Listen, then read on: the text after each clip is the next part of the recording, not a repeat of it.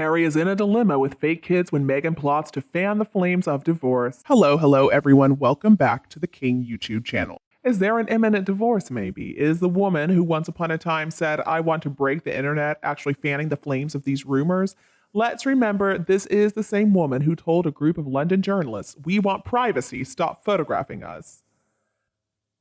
Today, a royal source is making the claim that Meghan Markle uses the media to her advantage. Recently, she was accused of sparking divorce rumors to let Harry know that she's not happy in the marriage. She got rid of her engagement ring knowing that people would question it, and that of course it was going to be picked up by the media. She just ate up all the attention it brought her.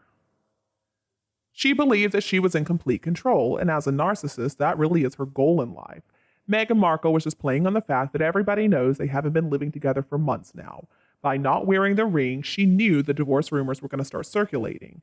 And of course, she did it intentionally. She wanted to send a subtle message to Harry that not only does she control the media, she also controls him. I mean, all Harry has in his life at this point is Meghan, who is responsible for alienating him from his family, his friends, and from the life he once knew. Wasn't it Meghan herself who let it slip a couple of months ago that Harry's been begging her for a second chance to prove the marriage can really work? I mean, there are numerous reports of Harry saying that he was desperate to repair the damage, and since then, things have quickly moved on. Meghan has had meetings with Hollywood executives because she hopes that she's going to make some big comeback. But it is the way Meghan is laying the groundwork that's raising eyebrows. Meghan is claiming that she'd recently gotten a bunch of offers but had to turn them down because she was just trying to embrace royal life. Well, the Hollywood execs have heard all about Meghan's fans who want to see her act again. I don't know who these people are, I'm sure they don't exist, but anyway, that's not going to work with the big name film directors because they can smell BS a mile away. At least Meghan is trying, I guess. Without a doubt, Meghan is looking at a life without Harry. And now we're hearing that in June of 2023, Harry was already in touch with some divorce lawyers. A hefty divorce settlement will give Meghan all the money she really needs. And I know that she should only be entitled to Harry's money, but it often doesn't work like that in the royal family. Just look at Virginia Giuffre, for example. Apparently, the Queen ended up paying her somewhere around £20 million. It was not $12 million. And she, of course, paid that so that Virginia Giuffre would drop the case against Andrew. Oh, yeah, the same Andrew who said that he had never even met her. The royal source is warning if Charles doesn't pay her what she demands, I believe she will threaten to release the ultimate tell-all memoir. Have no doubt it will be the bestseller of all time. The biggest royal headache is still how to explain away the two fake kids. Two children that, amazingly, not one royal has ever met. It's clear through non-reporting that British news journalists are not allowed to question the validity of Meghan's pregnancies or the existence of Archofficial and Invisibet. Actually, a divorce might end up being quite a blessing. So when Harry comes back to his family with his tail tucked firmly between his legs, I think there's going to be a lot put in place with the newspapers. I think they're going to have more access to the royal family in return for good reporting on Harry and his charity work. And the public, I worry, might fall for this. The source also says that Meghan will be given custody of the fake children, and she's going to demand a big payout to go along with the scam. This is going to ensure that they're never going to be heard of or seen ever again. And the palace, according to the source, is going to keep the two invisible children in the line of succession for a couple of reasons. Because, okay, number one, if they were suddenly removed, they would have to explain that. And the thing is, they will be so far down the line that they're going to be irrelevant. Now, life after divorce for those two is going to be pretty interesting to watch. Usually, I agree with a lot of what this source says, but guys, I don't know, this time I have my doubts. First of all, I do believe that Meghan's going to write a book, but it's going to be so boring that it's not going to be successful. People are sick and tired of her lies, her BS, and I think most people are going to know that book is going to be copied word for word onto social media, so it's not like you actually need to spend your hard-earned money on it. Another thing is, nobody has ever proven that Andrew really did know Virginia or have any type of relationship with her. Ms. Giuffre also has a reputation for going after men on these trumped-up charges. I suspect that she was paid off so that she didn't completely ruin the Jubilee, and I understand Andrew had to sell some of his property to raise the money to pay her off. I'm not a big Andrew fan, but at the same time, he did love his mother, and I think he would have done anything to protect her. It's also important to remember that, unlike Harry, Andrew actually was a war hero. He actually showed himself to be incredibly brave. There are many well-known men from the U.S. who frequented Epstein's Island, including people like Bill Gates, both the Clintons really, and many other powerful people. Now, Melissa Gates made it public knowledge that she divorced Bill because he refused to give up his friendship with Epstein, and he went on so many trips to that island. That should tell us all we need to know. But Virginia Giuffre didn't go after him because the truth is he could destroy her. That stuff about Bill Gates is common knowledge, but nobody talks bad about Bill Gates, so why is that? Well, a prince is a perfect target because a prince cannot really fight back. I also don't believe that the king is the sad, pathetic character that he's been portrayed as being Harry's father. Now, of course, he loves Harry, but I believe Harry has taken things so far that he's not going to be welcomed back into the family easily. See, the family includes more than only Charles, and he could end up alienating the others. Harry really went after Camilla in the book. He said some horrible things about her, and he said horrible things about Catherine too. And Charlotte, poor little thing, she's been insulted as well, and so has George. Of course, Harry has insulted his father time and time again, and perhaps Charles can forgive that, but I don't think the others are going to be so willing to have Harry around them.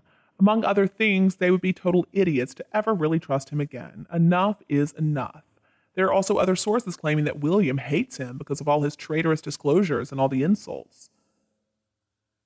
Now, the royal family should just tell Meghan where to go when she needs to accept the consequences of her behavior. This tell-all is going to be full of BS anyway because Meghan doesn't have a thing to report. She was involved with the royal family for about 5 minutes.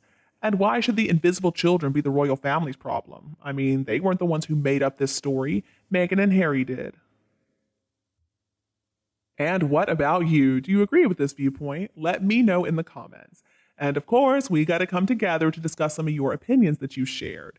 Now, sometimes this part may not contain much new information, but I think it's the most important part because this is a time when we can come together and we can have a conversation. After all, a conversation is a lot better when there's more than one person talking, so let's get to it. The comments we're going to be looking at right now came from the video called Harry and Meghan Caught Red-Handed Trying to Gag Information About Hypocritical Sussex.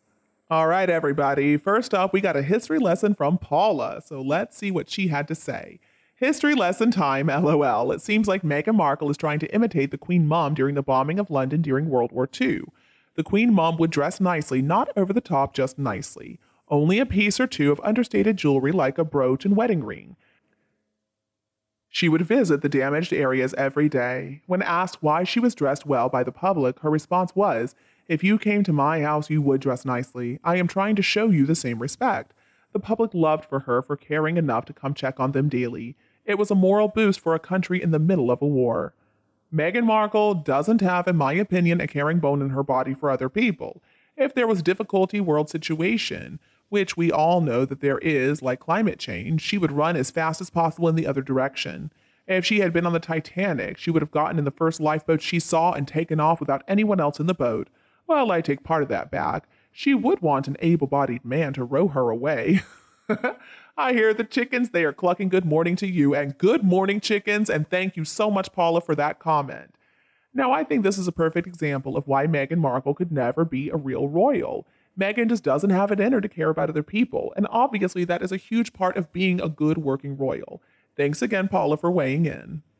And next comment comes to us from Candy. They also made those poor children pay $5 for her stupid book.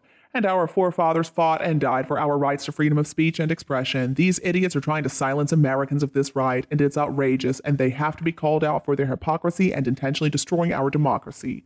Enough is enough. Meghan Markle is insane, and Harry's a follower and using foreign titles trying to be dictators because Megamouth can't get through her deranged mind that people don't like her because of her constant attacks on Her Majesty the Queen and royal family and her delusions of grandeur when she's nothing but a zealous nothing burger, in my opinion. Well, Candy, I think you'll be glad to hear that we share your opinion about Meghan and Harry. You are right, and it's crazy, isn't it, that not only have they just tried to destroy Britain and tried to destroy everything Britain stands for, but they've also gone after our country, America, and our Constitution. Those two just don't know when to stop. All right, and then a couple of comments on this page. One from Helen. Didn't Prince Harry say the First Amendment was bonkers? And Nikki, what is so upsetting is that these kids come from either welfare families or very low-income earners. I grew up poor, and believe me, charging these kids $5 for her stupid book is cruel. I missed out so much in school because we had no money for extras. If they really cared, Harry and Meghan Markle would be donating school supplies and other things the teachers have to pay out of pocket. Do something, anything worthwhile. Stop with the shenanigans already. And then Vicky says they should have given a book to each child for free. I agree with all of you. And yeah, Helen, you're right. Harry did say that the First Amendment, which guarantees our freedom of speech, was bonkers. That really told us all we needed to know about how he was going to adapt to the U.S. And Nikki, I agree with you. What they did to those poor children is shameful. But of course, they're not ashamed. They're not ashamed of anything.